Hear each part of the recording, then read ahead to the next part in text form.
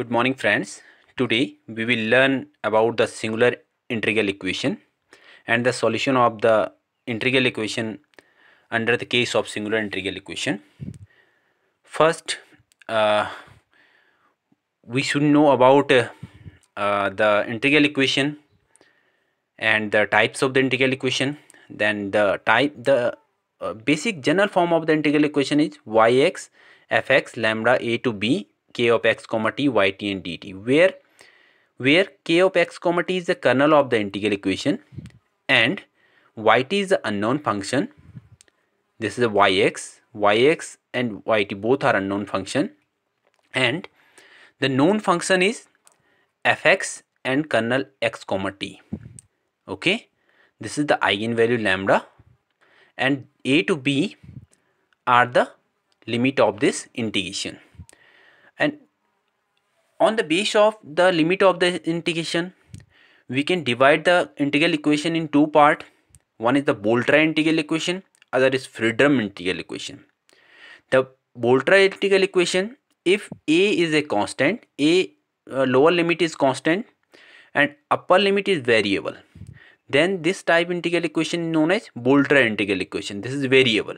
Okay, and if both are constant, then it's mean both are fixed, then the integral equation is known as Friedmann integral equation. Okay, if both are fixed, then integral equation is known as Friedmann integral equation. If upper limit is variable, then integral equation is known as Boltzmann variable, Boltzmann Friedmann fixed integral equation. Okay, very simple.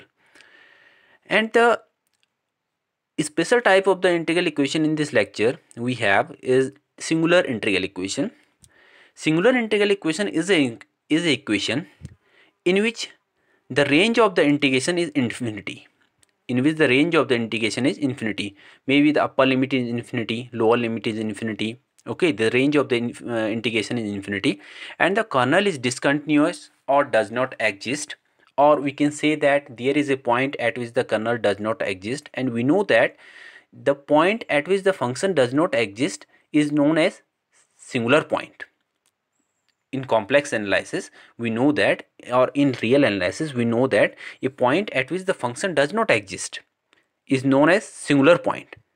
Similarly, if the kernel has a point at which the kernel does not exist, or at which the limit of the kernel does not exist, or we can say that kernel is discontinuous, then the integral equation with such type kernel is known as singular integral equation. Okay, for example, this is the first kind integral equation. Basically we can divide the integral equation Boltzmann and Friedmann both in three kind: first kind, second kind and third kind, on the base of this function fx.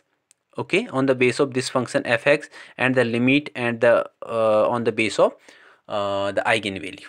Okay, if the range of the integration is infinite and the kernel is discontinuous, then the integral equation is known as singular integral equation. For example, yx, this is the first kind integral equation because the fx does not exist in this integral equation.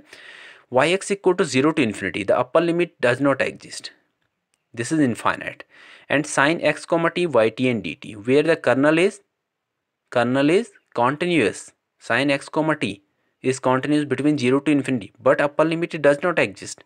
In this case, this integral equation is a singular integral equation. Similarly, suppose that the upper limit is variable. This is a Boltzmann type integral equation. This is a Boltzmann type first kind integral equation. 0 to x yt upon under root x comma t and dt. In this case, we have at the place of x equal to t, if we replace t by x, then in denominator part we have under root x minus x is 0, and the resultant 1 upon x minus x is 0 is infinity, and the kernel does not exist.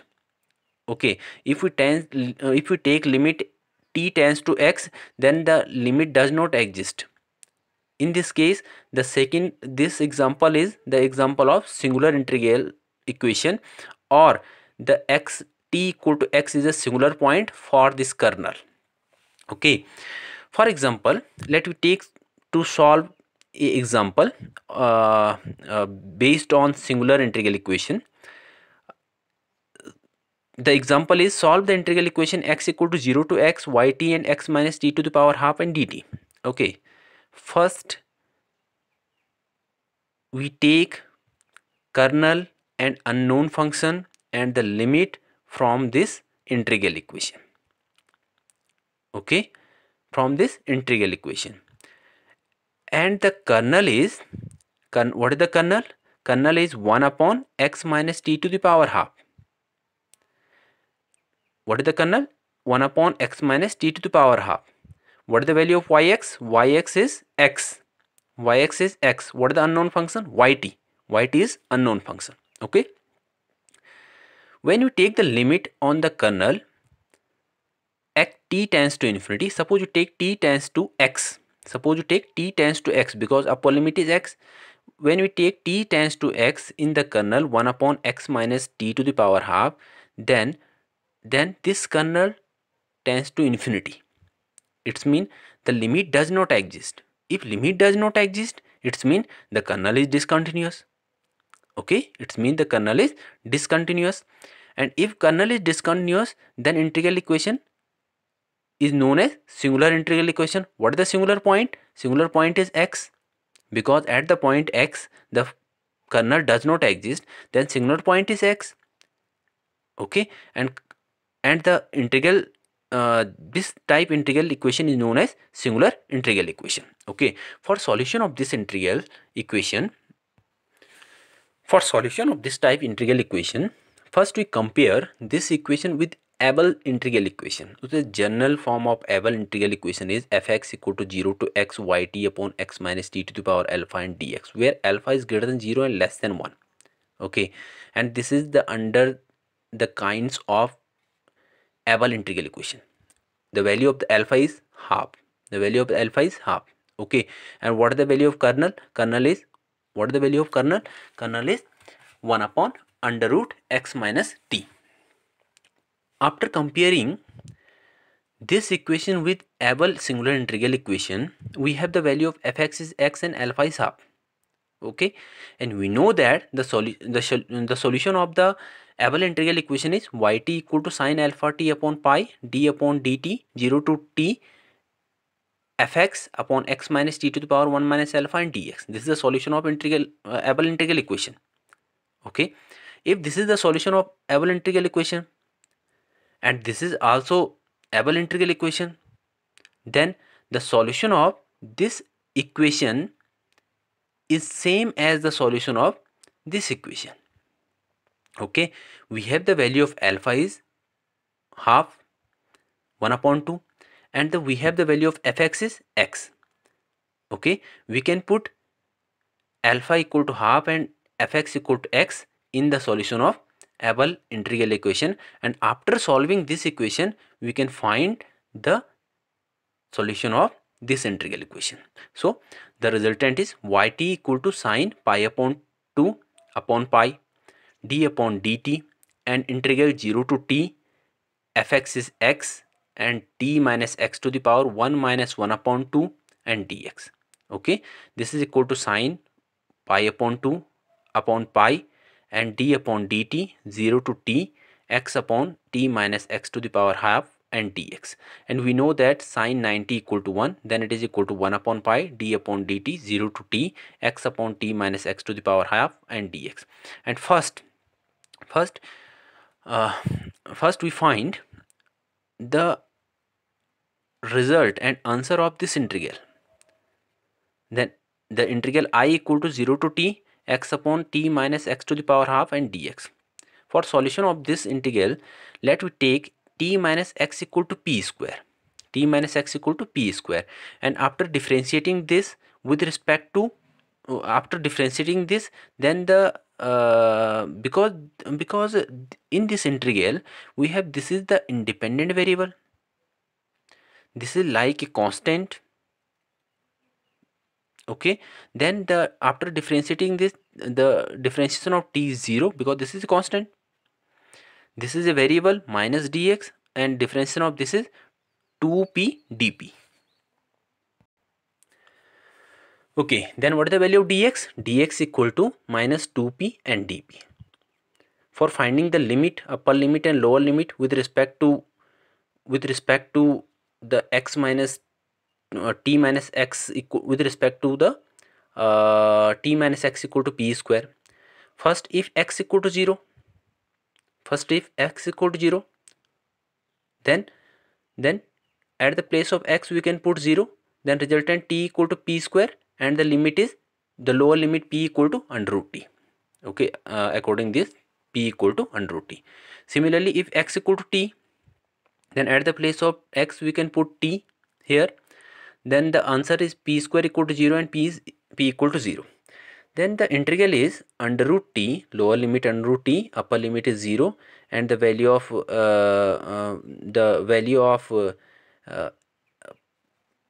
and the value of x equal to t minus p square, because if we take x from left hand side to right hand side, then the x equal to t minus p square upon p.